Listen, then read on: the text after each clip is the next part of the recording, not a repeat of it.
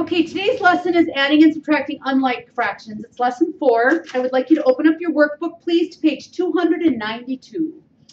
Adding and subtracting unlike fractions is very much like adding and subtracting like fractions with integers, except that now you're going to have to get a common denominator. So you're going to have to rename your fractions and make them equivalent fractions with a common denominator. And these are all going to be simple fractions. Not mixed numbers, just simple fractions. And then at the tail end, you're going to have to simplify as well. So I'm not going to worry too much on this lesson about the number line. If the number line worked for you, I can show you how to use the number line if you want. And you can ask me that when you come back, but I'm not going to worry much about that in this lesson. I'm really going to stick to the form that we've been doing all along with common denominators. So if you look down to the first example, I'm just going to jump right to example A. Example A has the problem 1/6 plus 2/3. 1/6 plus 2/3. You have two unlike fractions. You have a denominator of 6 and a denominator of 3. You need to get a common denominator. That's the key. So you have to find a denominator, a number, that both 6 and 3 can go into that's at least as big as 6. An LCD, or a multiple, a bigger number, a number that's at least as big as 6 that both 6 and 3 can go into. And the closest you can get to 6, the better. So if you look at this, 6 and 3, both 6 and 3 can go into 6. So I would leave the 6 as 1/6, and I would just turn this 3 into a denominator of 6. And then you ask yourself, what did I do to 3 to make it a 6? What did I do to 3 to make it a 6? I multiplied it times 2. And if I multiply that 3 times 2 to get it to be 6, I got to do the same thing to the 2. Whatever you do to your denominator, you have to do to your numerator. So if 3 times 2 is 6, 2 times 2 is 4. So now you have a problem of 1/6 plus 4/6. And now you just follow your rules of adding from the previous lesson. 1/6 plus 4/6, 1 plus 4 is 5/6. And that really can't be simplified because 5 is prime and 5 doesn't go into 6. So that would be letter A. Letter B is 9/10 plus a negative 1/2. Okay, we don't have a common denominator again. We have a 10 and a 2. So we have to find a number that can go into both 10 and 2. That's at least as big as 10.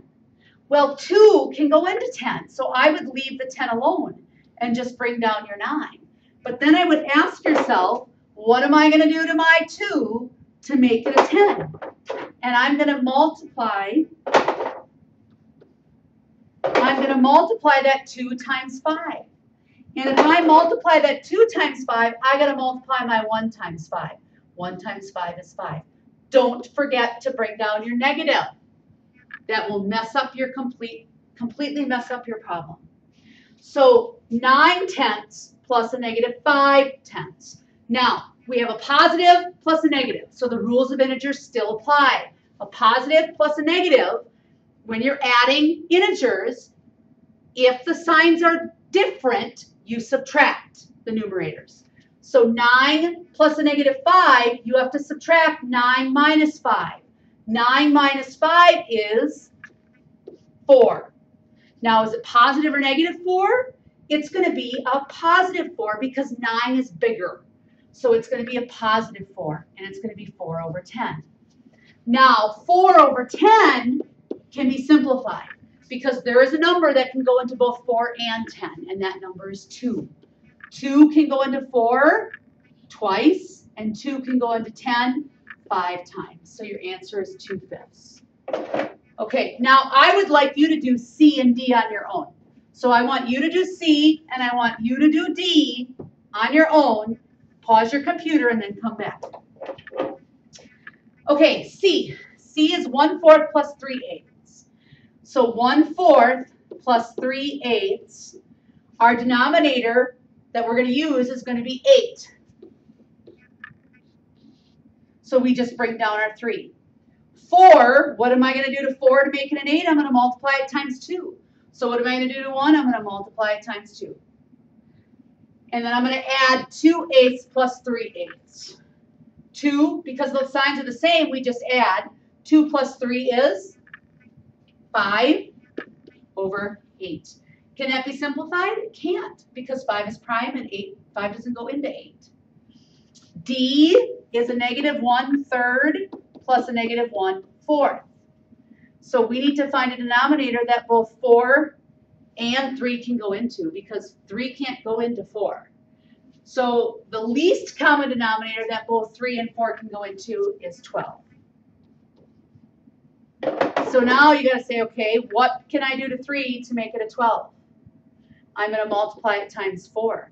And what am I going to do to 4 to make it a 12? I'm going to multiply it times 3. So 3 times 4 is 12. So 1 times 4 is 4. And don't forget to bring down your negative. 4 times 3 is 12. So 1 times 3 is 3. And don't forget to bring down your negative. A negative plus a negative, when the signs are the same in integers and you're adding, you just add and then apply the same sign. So 4 plus 3 is 7 over 12, and it stays negative, a negative 7/12, and that cannot be simplified. Okay?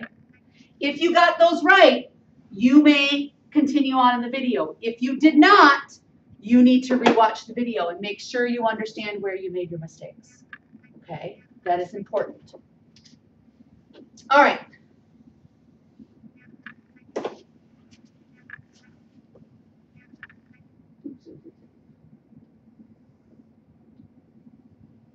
Artboard is not being kind to me today.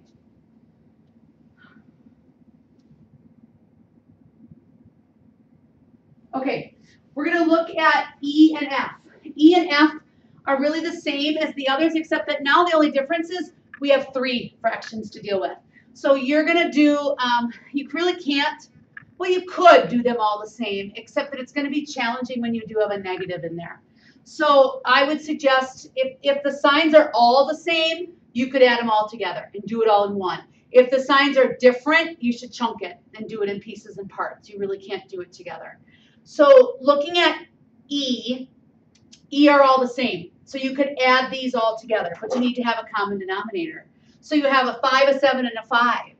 So we need to find a common denominator for 5, 7, and 5. I think the first common denominator is probably going to be what? 35.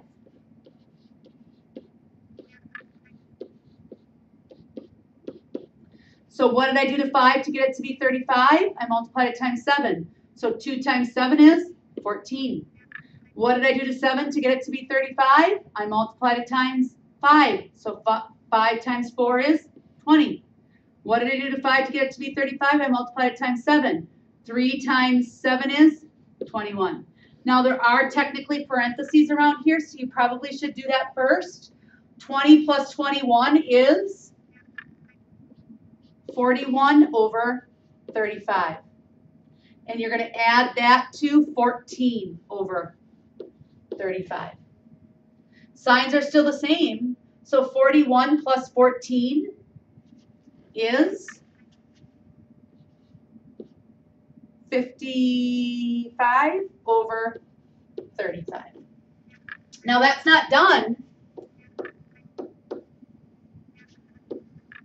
because we need to simplify that. So you need to figure out how many times can 35 go into 55? 35 can go into 55 one whole time. And then when you subtract then that 35 out of that 55, you're left with 20 over 35. But we're still not done because you got to simplify that, because 20 and 35, 5 can go into both. So that would be 1 and 5 goes into 20 4 times, 5 goes into 35 7 times. So 1 and 4/7 would be your answer. You do F. You do F, and then we will do pause it, and then we'll come back. So you do F, pause it, and then we'll come back. Okay, for F, you have negative 3/10, 5/8, and plus 23/10. So I would, if you find a denominator that's going to be common, you have a 10 and an 8 and a 10. So the common denominator is probably going to be 40. So we have a negative 3/10. What did I do to 10 to make it a 40? I multiplied it by 4. 3 times 4 is 12. What did I do to 8 to make it a 40? I multiplied it times 5. 5 times 5 is 25. What did I do to 10 to make it a 40? I multiplied it times 4. 10 times 4 is 10 times 4 is 40, so 23 times 4. Ooh, I don't know that one off the top of my head. 4 times 3 is 12. 4 times 2 is 8, 9, 92. Ooh, that's a big number. You need to do the parentheses first. So you have a negative 12 plus 25 40ths. Now, signs are different, so you have to subtract. A negative 12 plus 25, you have to subtract that. 25 minus 12 is 13 over 40. And you're going to add that to 92 over 40. This stays positive because the 12 is smaller than the 25. 25 is bigger. So that is going to be positive then. And then you add 92 plus 13 is 105. So you have 105 over 40. Now you have to simplify that. 105 over 40. How many times does 40 go into 105? Twice, right? 80. We can get 80 out of that. So then we have 25 left over 40. And then we need to simplify that. What number can go into 25 and 40?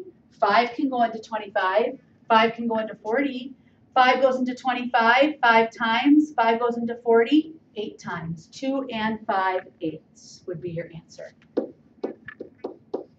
If you got that right, you can move on. If you got F right, you can move on.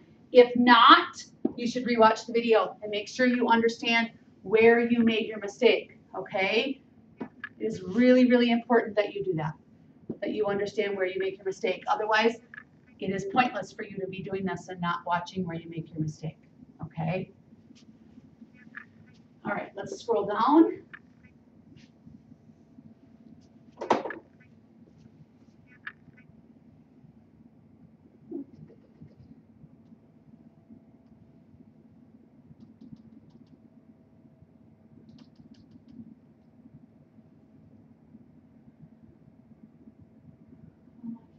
Down.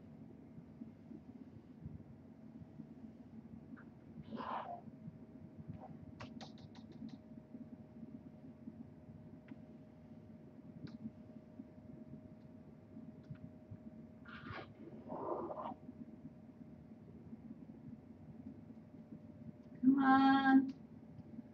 I have more problems with the smartboard than I do anything else. G, H, and I. G, H, and I are subtracting now. So you have 5/8 minus 1/4. So these you're going to turn into additive problems using the additive inverse property. So 5/8 plus 1/4. So this becomes 5/8 plus a negative 1/4. Okay? You have to get a common denominator.